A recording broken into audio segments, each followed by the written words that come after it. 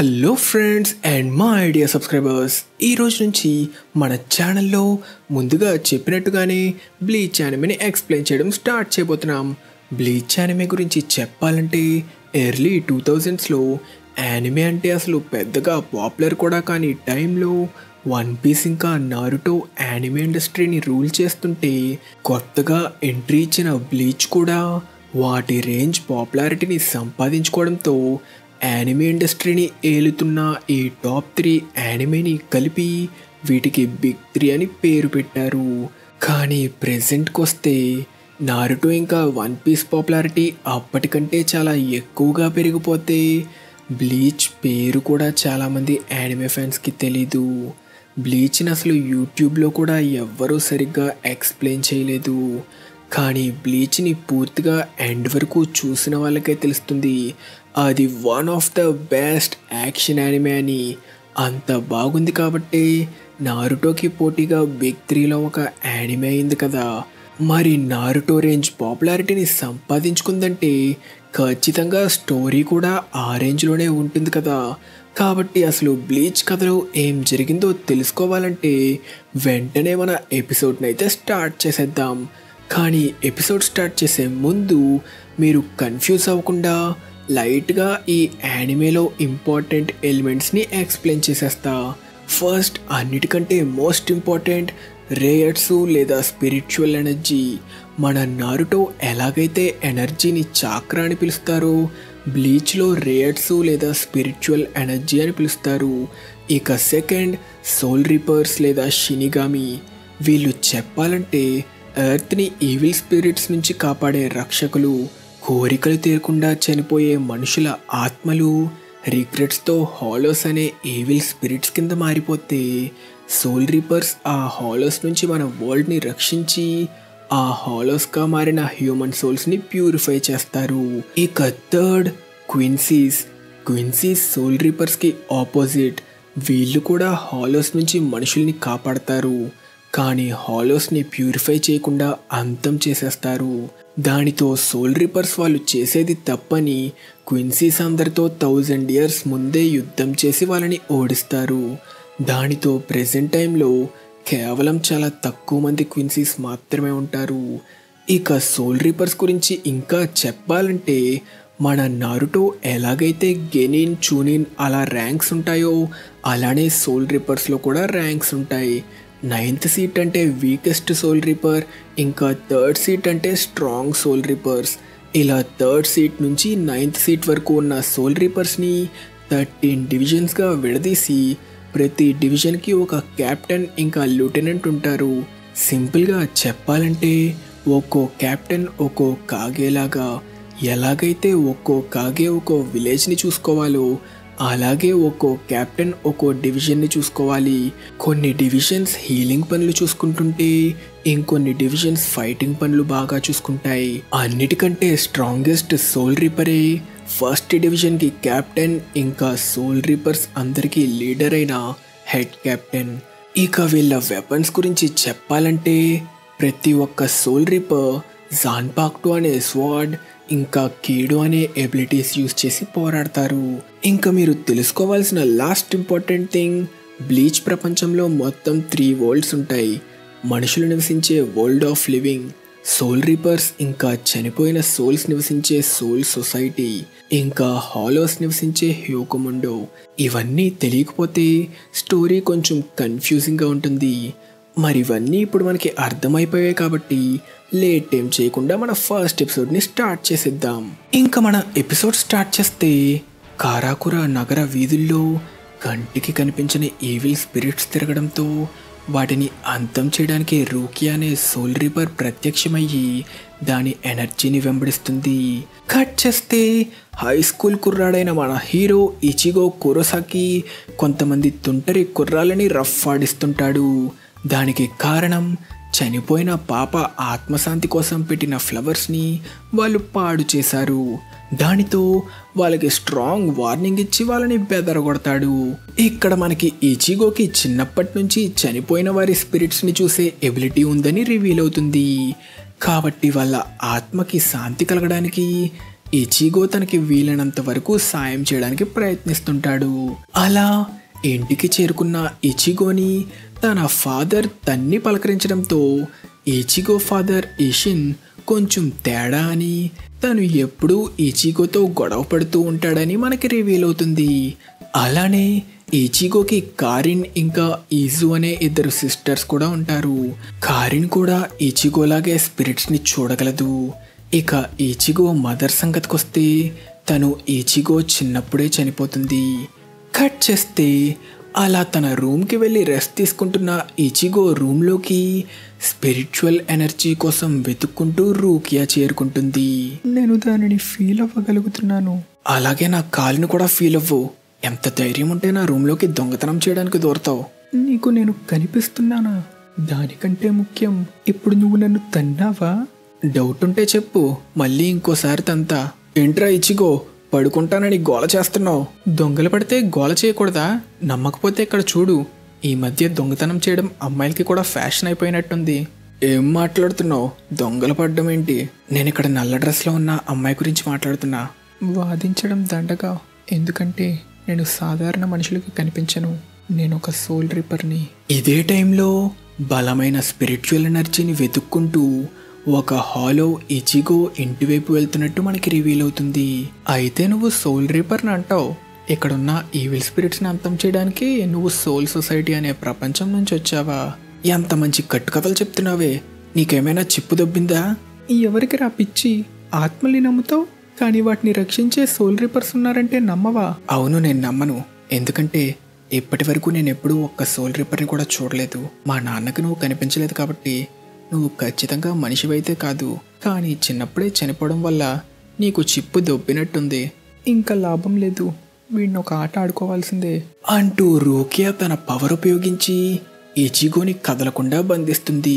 ఇప్పుడు చెప్పరా, నాకు చిప్పు దొబ్బిందా? అయ్యో, సమాధానం చెప్పడానికి నోరు కూడా కదపలేకపోతున్నావా? ఈ ఎబిలిటీ పేరే కీడో. నాలాంటి గొప్ప సోల్ రీపర్స్ మాత్రమే దీనిని వాడగలరు. నేను చూడ్డానికి నీకు చిన్న పిల్లలా కనిపించిన నా వయసు నీకంటే 10 రెట్లు ఎక్కువగానే ఉంటుంది. నువ్వన్న మాటలకి ఇప్పుడు మూల్యం చెల్లించు అంటూ రూకియా తన స్వాట్ తీసి ఇచిగోని అటాక్ చేస్తుందనుకుంటే తన పక్కనున్న ఆత్మని ప్యూరిఫై చేసి సోల్ సొసైటీకి పంపించేస్తుంది. దానితో ఇచిగోకి రూకియాపై నమ్మకం వస్తుంది. నువ్వేం తెలియని పిల్లబచ్చగాడివి కాబట్టి నీకు ఒక చిన్న కేటీ ఇస్తా. ఈ ప్రపంచంలో 2 రకాల స్పిరిట్స్ ఉంటాయి. మొదటివి మంచివి, వీటిని మీరు ఆత్మలని పిలుస్తారు. ఇకపోతే రెండవ స్పిరిట్స్ కోరికలు తీరకుండా చనిపోయిన ఈవిల్ స్పిరిట్స్, హాలోస్. ఇవి మనుషుల్ని ఆత్మల్ని తేడా లేకుండా అటాక్ చేస్తాయి. ఇక్కడ వరకు నీకేమైనా డౌట్ ఉంటే అడగచ్చు. అంతా బాగానే ఉంది, కానీ నీ డ్రాయింగ్ ఏంటి ఫస్ట్ క్లాస్ వాడి కన్నా చాలా వరస్ట్గా ఉంది. నిన్ను నోరు విప్పనివ్వడం నాది బుద్ధి తక్కువ. మా సోల్ రీపర్స్కి 2 బాధ్యతలుంటాయి. మొదటిది మంచి సోల్స్ని ఇందాక నేను పంపినట్టుగా సోల్ సొసైటీకి పంపించడం. రెండవది హాలోస్గా మారిన ఈవిల్ స్పిరిట్స్ని అంతం చేయడం. అంటే నువ్వు ఇక్కడికి వచ్చింది హాలోని అంతం చేయడానికా? అవును. మరి నీకేమైనా మెంటలా? మరి వెంటనే దాన్ని వెతకడం మానేసి నాకు ఈ సోదంతా చెప్తున్నావేంటి? ఎందుకో తెలీదు, కానీ నేను దానిని ఫీల్ అవ్వలేకపోతున్నా అన్న వెంటనే ఇచిగో ఏదో భయంకరమైన ఎనర్జీని ఫీల్ అవుతాడు. సోల్ రీపర్, ఇప్పుడు నేను ఫీల్ అయిన ఆ ఎనర్జీ హాలోదా? ఏం ఎనర్జీ? ఇప్పుడే పెద్ద కేకలు కూడా వినిపిస్తున్నాయి కదా అనడంతో రూకియా కూడా దానిని ఫీల్ అవుతుంది. ఇది ఖచ్చితంగా ఒక హాలో ఎనర్జీయే, కానీ ఎందుకని నేను దీనిని ఇప్పటి వరకు ఫీల్ అవ్వలేకపోయా? నా శక్తిని ఏదో అడ్డుకుంటున్నట్టు నాకు అనిపిస్తుంది. దానికంటే ముఖ్యమైనది, నాకంటే ముందుగా వీడు దానిని ఎలా ఫీల్ అయ్యాడు అని రూకియా ఆలోచిస్తుండగా కింద నుంచి ఎవరివో కేకలు వినిపిస్తాయి. అది నా చెల్లి యూజు గొంతు. నన్ను విడిపించు, నేను కూడా నీకు సాయం చేస్తా. లేదు, నువ్విక్కడే ఉండు, నేను నీ చెల్లిని కాపాడతా. ఒక సాధారణ మనిషి హాలోని ఎదుర్కోలేడు అంటున్నా వినకుండా రూకియాతో పాటు బయటికి పాక్కుంటూ వచ్చిన ఇచిగో తీవ్రంగా గాయపడిన తన చెల్లి కారిన్ని చూస్తాడు. దానితో ఇచిగోకి చాలా కోపం రావడంతో రూకియా చెప్తున్నా వినకుండా రూకియా స్పెల్ని బ్రేక్ చేయడానికి ప్రయత్నిస్తాడు. నీ ప్రయత్నాన్ని వెంటనే ఆపు. ఆ స్పెల్ని మానవ శక్తితో బ్రేక్ చేయడం అసాధ్యం. నువ్వు ఎక్కువగా ప్రయత్నిస్తే నీ సోల్ బ్రేక్ అయ్యే ప్రమాదం ఉంది అని రూకియా చెప్తున్నా పట్టించుకోకుండా ఇచిగో తన పూర్తి సంకల్పమంతా వాడి ఆ స్పెల్ ని బ్రేక్ చేసి ఒక బ్యాట్ పట్టుకుని హాలోతో తలపడ్డానికి బయలుదేరతాడు. కానీ మొదటిసారి ఒక హాలోని చూసిన ఇచిగో భయంతో బిగుసుకుపోతాడు. ఈవిల్ స్పిరిట్ అంటే అది కూడా ఒక మనిషి రూపంలోనే ఉంటుందనుకున్నా, కానీ ఇదొక మాన్స్టర్ అని భయపడుతున్న ఇచిగో ఆ హాలో చేతిలో ప్రమాదంలో ఉన్న తన చెల్లి యూజుని చూడ్డంతో ఇంకేం ఆలోచించకుండా తనని కాపాడడానికి దూసుకెళ్తాడు. కానీ ఆ హాలో ఇచిగోని అటాక్ చేసి ఈజీగా ఓడిస్తుంది. మళ్ళీ ఇచిగోని అటాక్ చేయబోతున్న హాలోని టైంకి రూకియా అటాక్ చేసి అడ్డుకుంటుంది. యూజు, కళ్ళు తెరు, నువ్వు బానే ఉన్నావా? కంగారు పడుకో, నీ కుటుంబంలో అందరూ క్షేమంగానే ఉన్నారు, స్పృహ కోల్పోయిన నీ తండ్రితో సహా. కానీ ఇందాక నువ్వు ఈ హాలోస్ అన్ని మనుషుల్ని చంపి వాళ్ళ సోల్స్ని తినేస్తాయని చెప్పావు కదా. కానీ దానికంటే ముఖ్యంగా బలమైన స్పిరిచువల్ ఎనర్జీ ఉన్న సోల్స్ని మాత్రమే తింటాయి. సాధారణ ఆత్మలు వాటికి పెరుగన్నం అయితే, నీలాంటి బలమైన ఎనర్జీ ఉన్న ఆత్మ వాటికి బిర్యానీ లాంటిది. కాబట్టి దాని టార్గెట్ నువ్వే. అంటే దాని అర్థం నా కుటుంబం ఇలా అవ్వడానికి, ఇంకా నేను కాపాడాల్సిన నా చెల్లెలిద్దరూ గాయపడ్డానికి కారణం నేనేనా అంటుండగా ఇచిగోతో మాట్లాడుతూ డిస్ట్రాక్ట్ అయిన రూకియాని ఆ హాలో అటాక్ చేసి తీవ్రంగా గాయపరుస్తుంది. అందరినీ గాయపరిచింది చాలు. రే చేపముఖముడా, నీకు కావాల్సింది నా ఆత్మే కదా, మరి రా నువ్వో నేనో చూసుకుందాం అనడంతో ఇచిగోని ఆ హాలో అటాక్ చేయబోతుంటే టైంకి రూకియా ఇచిగోని కాపాడి తన ప్రాణాల మీదకి తెచ్చుకుంటుంది. నీకిదివరకే చెప్పా కదా, నువ్వు సాధారణమైన మనిషివి కాకపోయినా నువ్వు కూడా ఒక మనిషివే. నీ శక్తితో దానిని అడ్డుకోలేవు. ఇప్పుడు ఇలాంటి పరిస్థితిలో నేను కూడా దానిని అడ్డుకోలేను. నా వల్లే అందరికీ ఇప్పుడు ఇలా. నీకు నీ కుటుంబాన్ని కాపాడుకోవాలనుందా? ఏంటి, అందరినీ కాపాడుకునే మార్గం ఉందా? అదేంటో త్వరగా చెప్పు. ఇది పని చేస్తుందో లేదో నాకు తెలీదు, కానీ నాకు తెలిసి ఇప్పుడు ఇది ఒక్కటే మార్గం ఉంది. నువ్వు ఒక సోల్ రీపర్గా మారాలి. ఏంటి, నేను సోల్ రీపర్గా మారాలా? నా జాన్పాక్టోని నీ గుండెల్లో దింపుకో. నిజంగా నీ రేయట్స్ అంత బలమైనదైతే నా శక్తిలో సగం నీకు లభించి నువ్వు ఒక సోల్ రీపర్గా మారుతావు. కానీ ఇది ఫెయిల్ అయితే నువ్వు చనిపోతావు. కానీ ఇప్పుడు మనకి వాదించుకునే టైం లేదు. అన్నయ్య, నువ్వెక్కడున్నావు? యూజు, నేనిక్కడే ఉన్నా. ఇక్కడికి రాకన్నయ్యా, దూరంగా పారిపో. ఎందుకని వాళ్ళ ప్రాణమంత ప్రమాదంలో ఉన్నా కూడా అందరూ నన్ను కాపాడడానికే చూస్తున్నారు. వీళ్ళని కాపాడడానికి నేను చావడానికైనా సిద్ధమే. సరే సోల్ రీపర్, నువ్వు చెప్పినట్టే నేను చేస్తా. నా పేరు సోల్ రీపర్ కాదు, రూకియా కుచికి. అవునా? నా పేరు ఇచిగో కురోసాకి. ఇవేనా ఆఖరి మాటలు కాకూడదనే కోరుకుంటున్నా. ఇక త్వరగా ఆ హాలో వచ్చేస్తుంది అనడంతో ఇచిగో వెంటనే ఆ స్వాడ్ ని తన గుండెల్లో దింపుకుంటే సడన్ గా ఒక పెద్ద మెరుపు మెరుస్తుంది. ఇకంతే ఆ హాలో చెయ్యి తెగి పడుతుంది. దానితో మనం ఒక సోల్ రీపర్ గా మారిన మన హీరో ఇచిగోని చూస్తాం. ఇదెలా సాధ్యం? నా శక్తిలో సగం మాత్రమే ట్రాన్స్ఫర్ అవ్వాలి, కానీ తన రేయట్స్ శక్తికి నా పూర్తి శక్తి మాయమైపోయింది. అంతేకాదు, ఇందాక నేను హాలోని సరిగ్గా సెన్స్ చేయలేకపోవడానికి కారణం తన రేయట్స్ అంత బలంగా ఉంది. అంత బలమైన రేయట్స్ ముందు నాకు ఆ హాలో ఎనర్జీ కనిపించలేదు. ఇప్పటి వరకు సోల్ రీపర్స్ ని చూడగలిగే మనిషిని కానీ, కీడో స్పెల్ ని బ్రేక్ చేయగలిగే మనిషిని కానీ నేనెప్పుడూ చూడలేదు. అంతేకాదు, అలాంటి ఒక పెద్ద జాన్పాక్టో ఉన్న సోల్ రీపర్ ని కూడా నేను అస్సలు చూడలేదు అంటుండగా సోల్ రీపర్ గా మారిన మన ఇచిగో ఆ హాలోని ఈజీగా ఓడించి 2 ముక్కలుగా నరికి అంతం చేస్తాడు.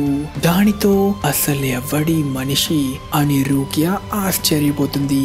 ఇంతటితో మన ఎపిసోడ్ ఖతం. మీకు ఈ ఎపిసోడ్ నచ్చినట్టయితే మర్చిపోకుండా ఈ వీడియోని లైక్ చేయండి. మీరందరూ లైక్ చేసి ఈ వీడియోకి మంచి రెస్పాన్స్ ఇస్తే తప్పకుండా బ్లీచ్ ని ఎక్స్ప్లెయిన్ చేయడం కంటిన్యూ చేసి నెక్స్ట్ మన ఇచిగో కథలో ఏం జరగబోతుందో తెలుసుకుందాం. ఇక్కడ మన లాస్ట్ ఎపిసోడ్ క్వశ్చన్, మన సోలో లెవెలింగ్ ఎపిసోడ్ 1లో వచ్చిన డబుల్ డంజన్ లో మొత్తం ఎంతమంది బతికి బయటపడ్డారో తెలిస్తే చెప్పమని అడిగా. సో ఈ క్వశ్చన్ కి కరెక్ట్ ఆన్సర్ 6. కాబట్టి కరెక్ట్ ఆన్సర్ చెప్పిన వాళ్ళందరినీ స్క్రీన్ మీద అయితే మెన్షన్ చేసా. మీ అందరికీ కంగ్రాచులేషన్. ఇంకా మన నెక్స్ట్ ఎపిసోడ్ క్వశ్చన్, బ్లీచ్ యానిమేలో మొత్తం ఎన్ని ఎపిసోడ్స్ ఉన్నాయో తెలిస్తే కింద నా కామెంట్ సెక్షన్లో మెన్షన్ చేయండి. తెలియకపోతే నెక్స్ట్ ఎపిసోడ్ చూసి తెలుసుకోండి. ఇంకా మన ఛానల్కి సబ్స్క్రైబ్ చేసుకోకపోతే వెంటనే సబ్స్క్రైబ్ చేసుకొని మన తెలుగు యానిమే కమ్యూనిటీ దమ్ము చూపించండి friends. Thank you so much for watching till the end. Bye.